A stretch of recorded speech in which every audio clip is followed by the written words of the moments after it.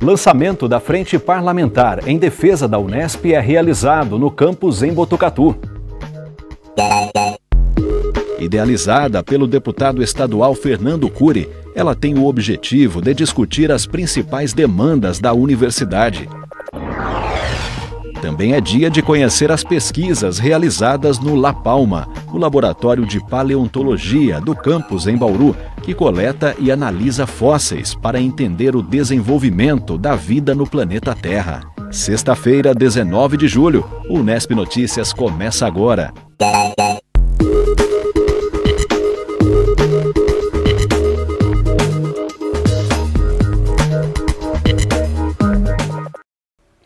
Boa noite.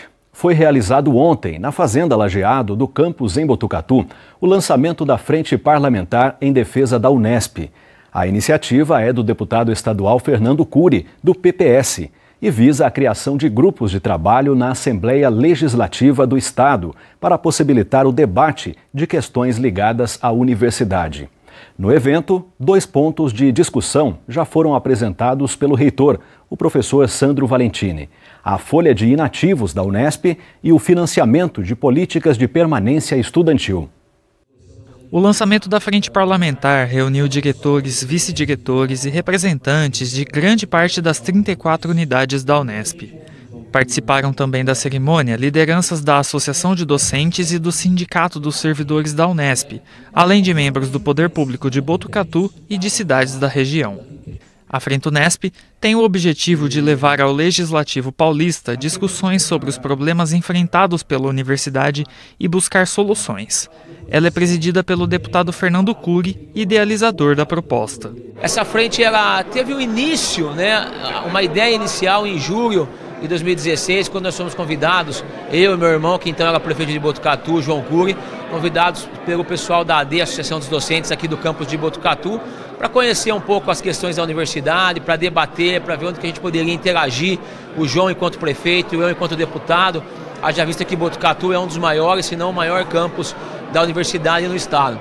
E ali a gente começou a perceber algumas dificuldades, mas que no momento seguinte, no ano seguinte, principalmente em 2017 e 2018, a universidade vem passando por uma dificuldade, uma certa crise econômica, financeira, assim na verdade como todo o país e todo o estado, e acaba diretamente atingindo a universidade, porque o recurso da universidade, todo mundo sabe, vem da cota parte do ICMS. Então isso ficou um pouco mais problemático, e a partir desse momento a gente conversando, principalmente com o pessoal aqui de Botucatu, que é a minha cidade, com a classe política da cidade também, os vereadores, o reitor interagindo, eu fui percebendo a necessidade de poder tentar fazer alguma coisa no sentido de melhorar essa interlocução da universidade com a classe política, intermediado pela Assembleia Legislativa, principalmente para que nós pudéssemos ter um olhar diferente do Poder Executivo, do Governo do Estado.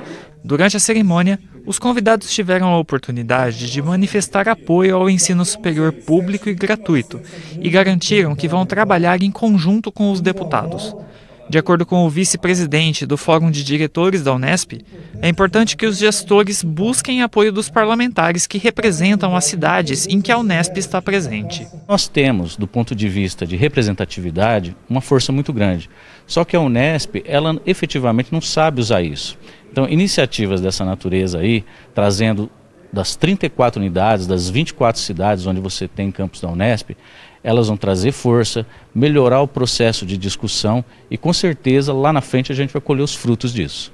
A solenidade contou ainda com um pronunciamento do reitor da Unesp, o professor Sandro Valentini. Ele apresentou dados da evolução das universidades públicas em São Paulo que mostram como a Unesp contribuiu para levar ensino, pesquisa e ações com a comunidade do interior do estado.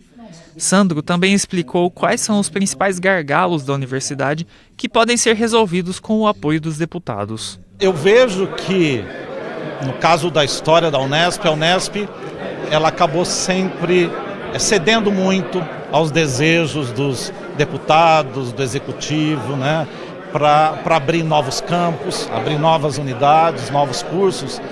E nesse movimento, a universidade ela acabou ficando muito grande, grande em termos de estrutura, de cursos, de alunos, e eu vejo que hoje ela não está mais cabendo, como temos acompanhado aí esses dois esses dois últimos anos, ela não está cabendo mais dentro do seu esqueleto orçamentário.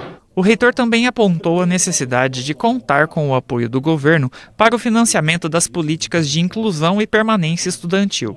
A Unesp foi a pioneira entre as 3 universidades públicas paulistas a implementar esse sistema que beneficia milhares de alunos. Eu pensaria em se criar um fundo para financiar a permanência estudantil.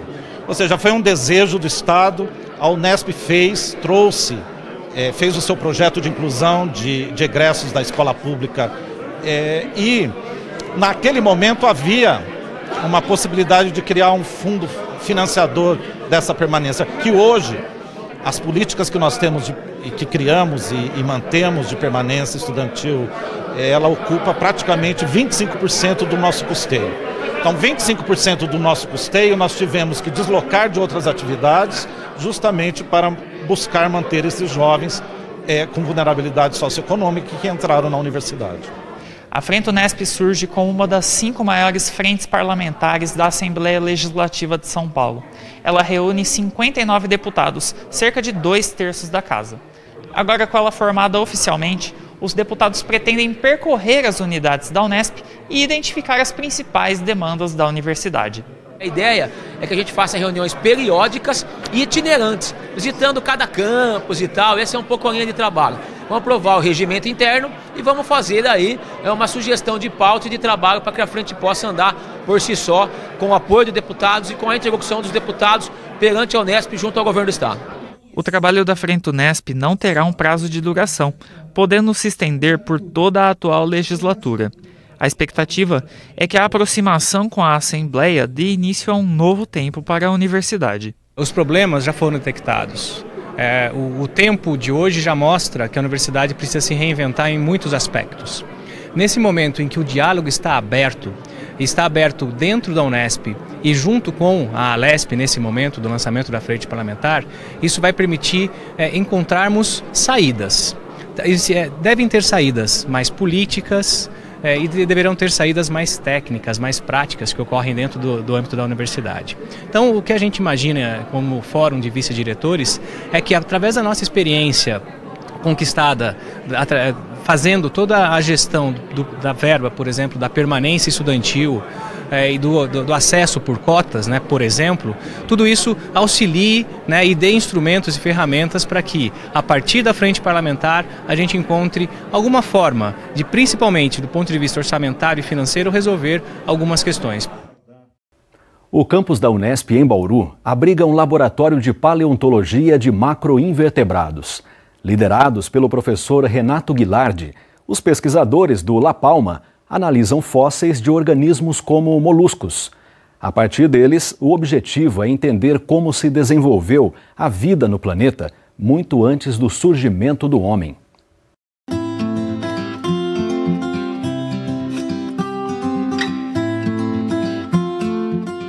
Quando a gente fala de macroinvertebrados, a gente está falando de um grupo, no caso fóssil, que não tem esqueleto interno. Isso significa o quê? Significa que não são vertebrados, não são dinossauros, não são mamíferos, são invertebrados que viveram, na verdade, desde o início do surgimento da vida no nosso planeta até o dia de hoje. Dentre os macroinvertebrados a gente vai ter desde moluscos bivalves, alguns grupos que não são comuns hoje, como braquiópodes, trilobitas, até mesmo vermes são preservados às vezes, fazendo buracos. Então a gente estuda esse tipo de grupo.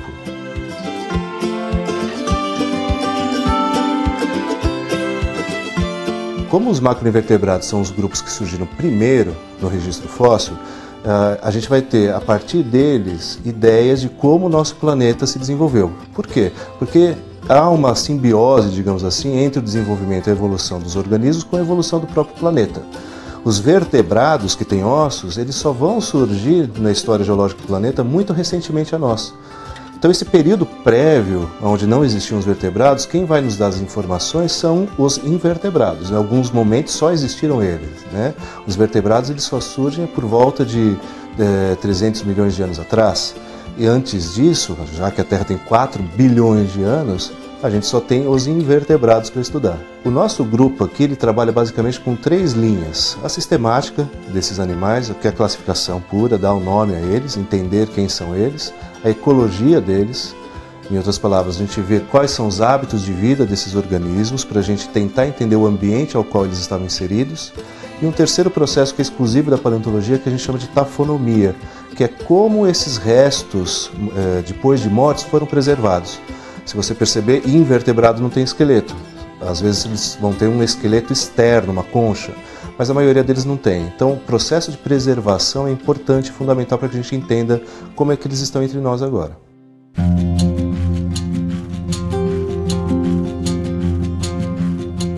O La Palma ele tem uma predileção para o Paleozoico, que é um período inicial de existência de vida no nosso planeta. Então, dentro do Paleozoico existem vários períodos geológicos, mas o que mais nos atrai é o Devoniano, um período que a gente vai encontrar muitos invertebrados, muitos paleoinvertebrados, e aqui no Brasil a gente tem abundância no registro. Então a gente encontra desde aqui do estado de São Paulo, no Paraná, né, que de maneira geral a gente chama de Bacia do Paraná, Bacia Sedimentar do Paraná, mas a gente encontra em outras regiões do país também, até no Nordeste e na parte Norte, a Bacia do Parnaíba e a Bacia do Amazonas. Então a gente já fez coletas em vários lugares, né, dentro do Brasil, a gente já coletou em São Paulo, no Paraná, em Santa Catarina, Tocantins, Mato Grosso. Ultimamente a gente foi para o Amapá coletar, a gente foi até Tocantins coletar e faz 2 meses a gente foi até o Uruguai. Fizemos um campo lá para tentar ver as conexões desses animais com o Brasil.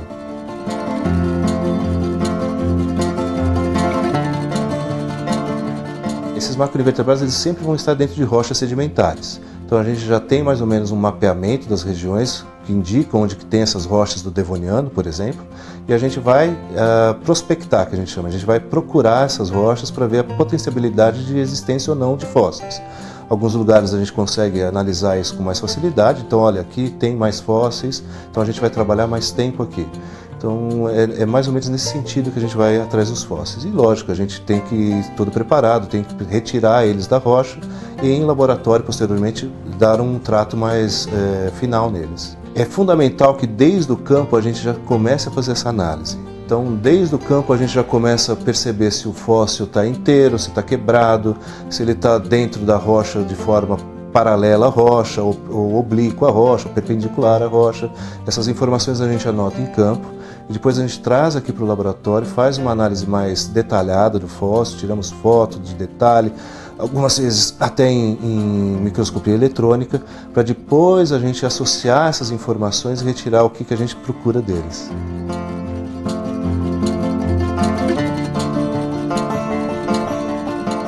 A gente tem, na verdade, trabalhado com uma paleontologia que vai ajudar na compreensão de vários tipos de processos que estão acontecendo dentro do Paleozoico. Então, só para citar um exemplo, a gente tem um trabalho que saiu agora recentemente na Nature, que fala sobre rotas biogeográficas desses animais. É um campo novo dentro da paleontologia que a gente está tentando trazer para a paleontologia nacional. A paleontologia nacional ainda está meio defasada, digamos assim, com o restante do mundo, e esse trabalho que a gente está fazendo com os invertebrados está trazendo novas técnicas, novas metodologias para que os paleontólogos daqui consigam melhor analisar os seus exemplares.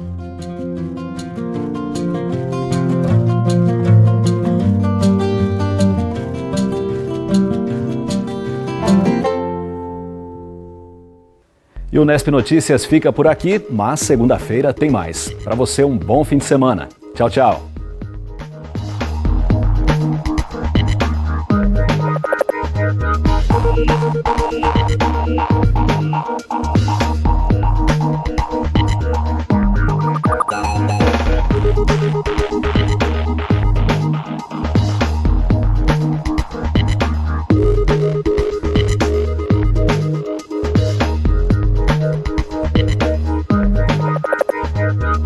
We'll be right back.